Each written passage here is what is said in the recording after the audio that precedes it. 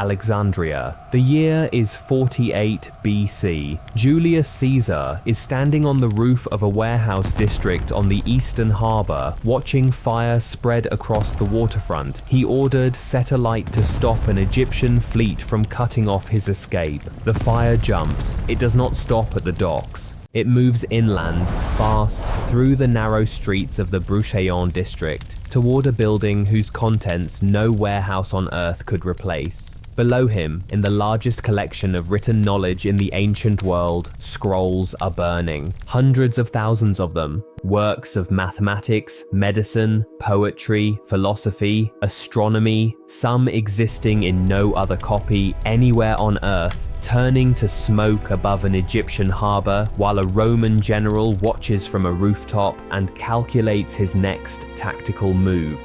Caesar survived that night. The knowledge did not, except the story is not that simple. The fire of 48 BC was not the end of the Library of Alexandria. It may not even have touched the main collection. The library burned more than once, in more than one way, over more than 500 years. And the version of its destruction that most people carry, one fire, one night, one villain, is the version history invented because the truth is harder to hold. I'm Ethan, and what follows is the story of a place that existed for 600 years and died so slowly that no one could agree on when it was gone. This is Alexandria, the city that tried to own all human knowledge, and the long, quiet catastrophe of losing it. The year is 331 BC. Alexander of Macedon has just defeated the Persian Empire, claimed Egypt without a battle, and stood on a flat stretch of Mediterranean coastline between the sea and a shallow lake called Mareotis. He is 25 years old. He takes a handful of grain from a soldier's ration bag and marks the outline of the city he wants built on the sand. The grain runs out before the line is complete. His surveyors take it as a good omen. The city will grow beyond what any plan can contain. He names it for himself. He will never see it finished. Alexander dies in Babylon 8 years later. His general Ptolemy takes Egypt as his share of the fractured empire and makes Alexandria his capital.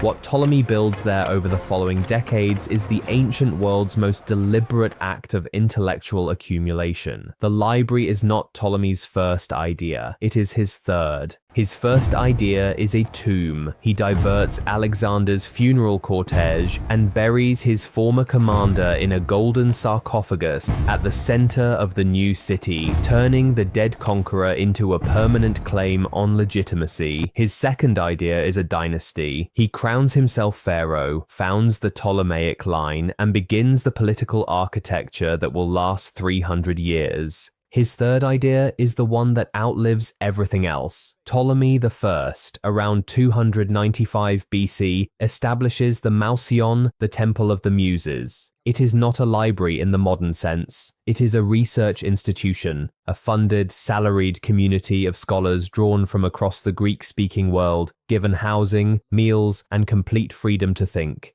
The library is attached to the Mausion.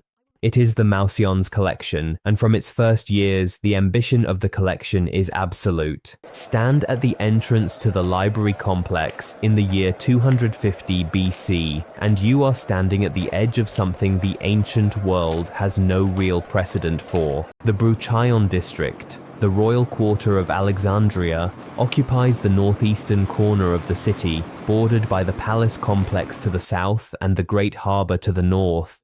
The Mausion sits within this district, connected to the palace grounds by colonnaded walkways. The library itself is a set of interconnected structures rather than a single building. There is a main hall, a long rectangular space with shelved niches cut into the walls, floor to ceiling, each niche containing scrolls organized by subject and author. There are reading rooms. There are lecture halls. There is a covered walkway called the Peripatos, where scholars debate while walking, following the Aristotelian tradition. There is a dining hall where the resident scholars eat communally at the Ptolemaic king's expense. And beyond the main complex, a secondary collection, the Serapeion, attached to the great temple of Serapis, in the city's southwestern district, holds an overflow of texts available to non-resident scholars and educated members of the public. The main collection is housed on wooden shelves in sealed niches designed to protect against humidity from the harbor.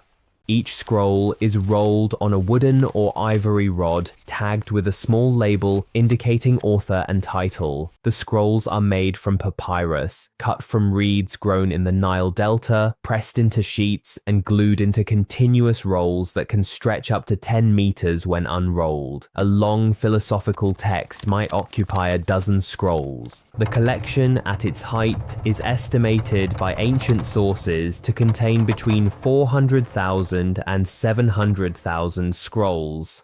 The range reflects genuine uncertainty. The ancients themselves disagreed, but even the lower number represents an accumulation of text that dwarfs anything else in the known world. How did so many scrolls get there? The answer tells you everything about what the Ptolemaic kings were willing to do for knowledge.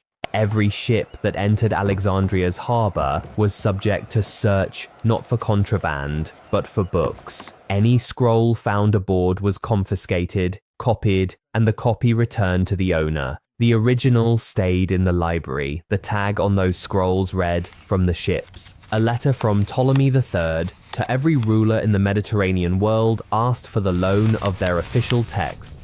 The works of Sophocles, Euripides, Aeschylus, held in the Athenian state archive. Athens agreed on the condition that Alexandria post an enormous deposit in silver as surety for their safe return. Ptolemy paid the deposit, he kept the originals, he sent back copies. He forfeited the silver without apparent regret. He wanted the originals because originals mattered. Copyists made errors. Generations of copying compounded them. The Ptolemaic obsession was with the authentic text, the oldest, most reliable version of every work that existed. The library's first great librarian, a scholar from Cyrene named Callimachus, spent years producing the Pinaakes, a complete catalogue of the collection organized by subject and author, running to 120 scrolls. It was the first bibliography in human history. It no longer exists.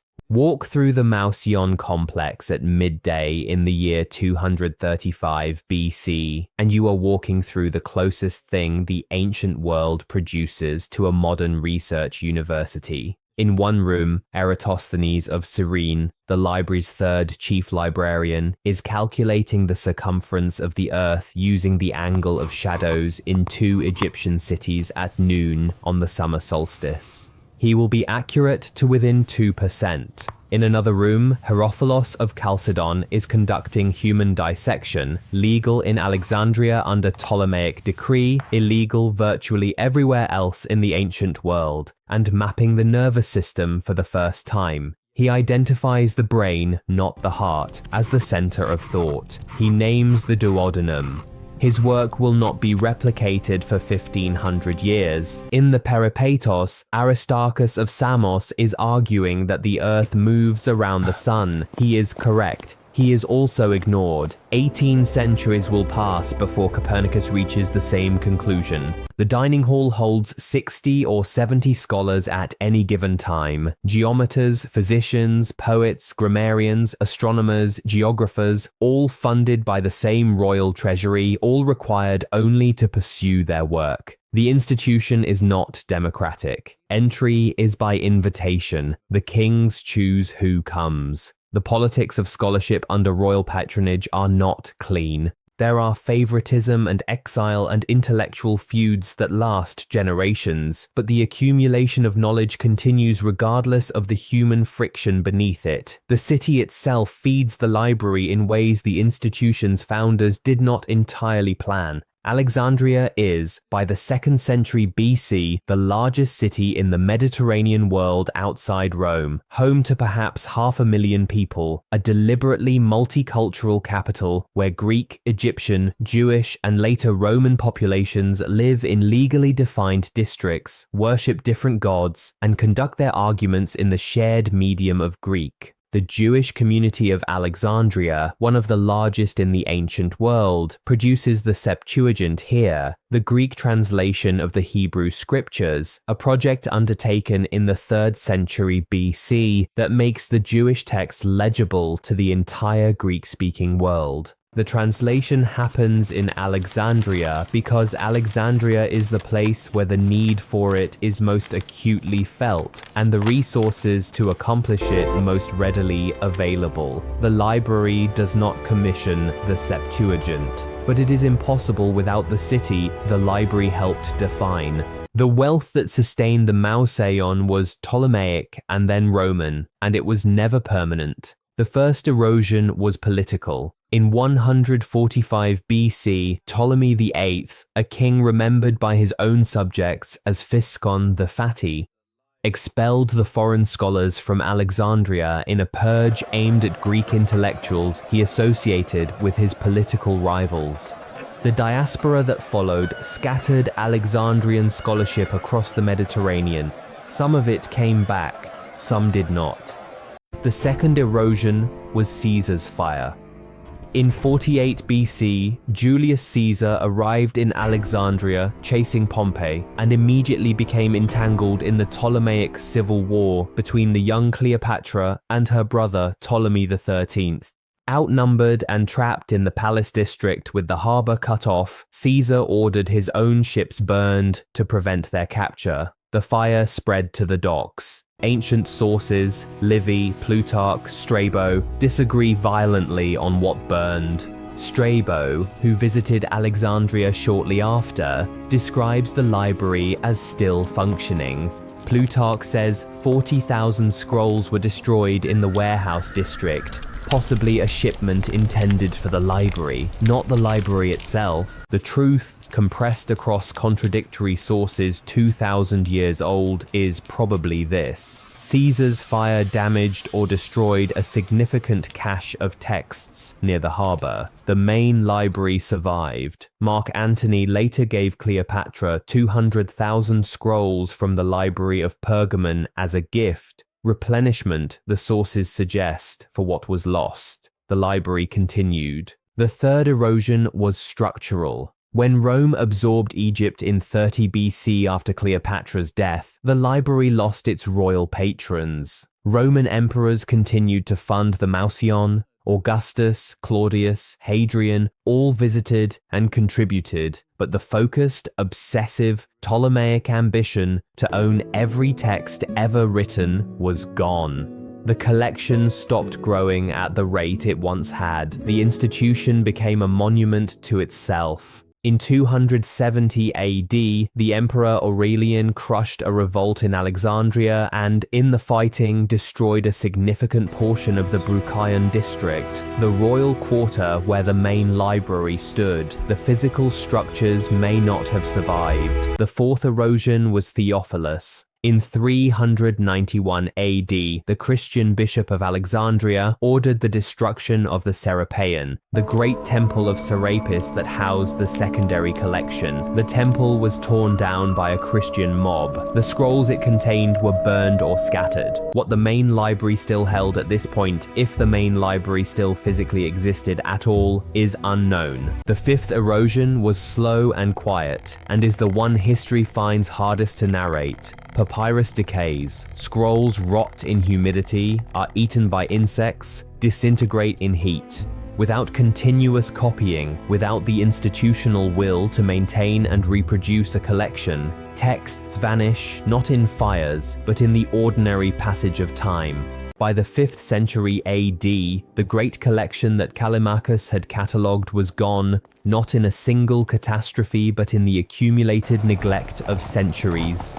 The Arab general Amr ibn al-As captured Alexandria in 641 AD. A later legend, circulating centuries after the fact, claims that the Caliph Omar ordered the library's remaining scrolls burned, reasoning that books agreeing with the Quran were redundant and books disagreeing with it were heretical. Modern historians are nearly unanimous. This story is a fabrication invented long after the fact and designed to give Islam's expansion a dramatic villain. By 641 AD, there was no library left to burn. Whatever the fire meant, the fire was not there. The legend persisted anyway. It is a better story than the truth. The truth is that the Library of Alexandria did not burn. It dissolved. It was not destroyed in a night, but over 6 centuries of political upheaval, deliberate violence, institutional neglect, physical decay, and the ordinary entropy that overtakes every human project eventually. Caesar's fire may have taken thousands of scrolls.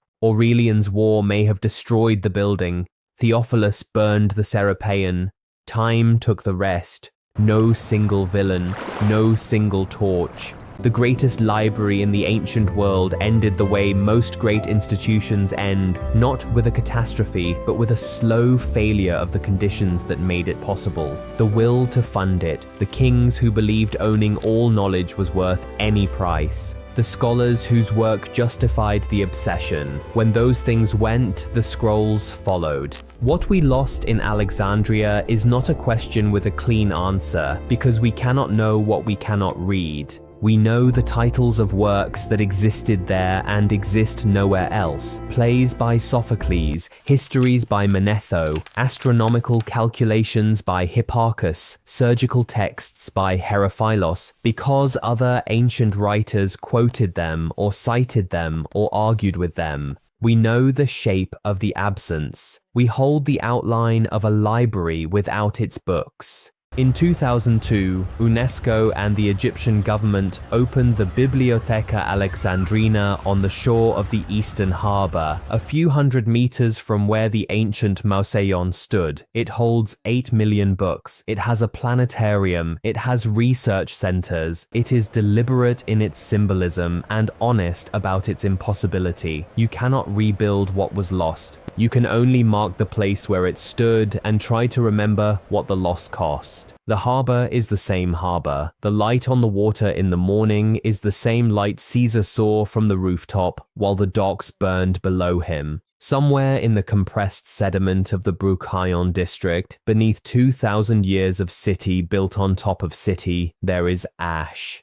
Archaeologists have found fragments, carved architectural elements, coins, the footprint of a large colonnaded structure that might be the Mouseion, or might be the palace, or might be something no ancient source bothered to name.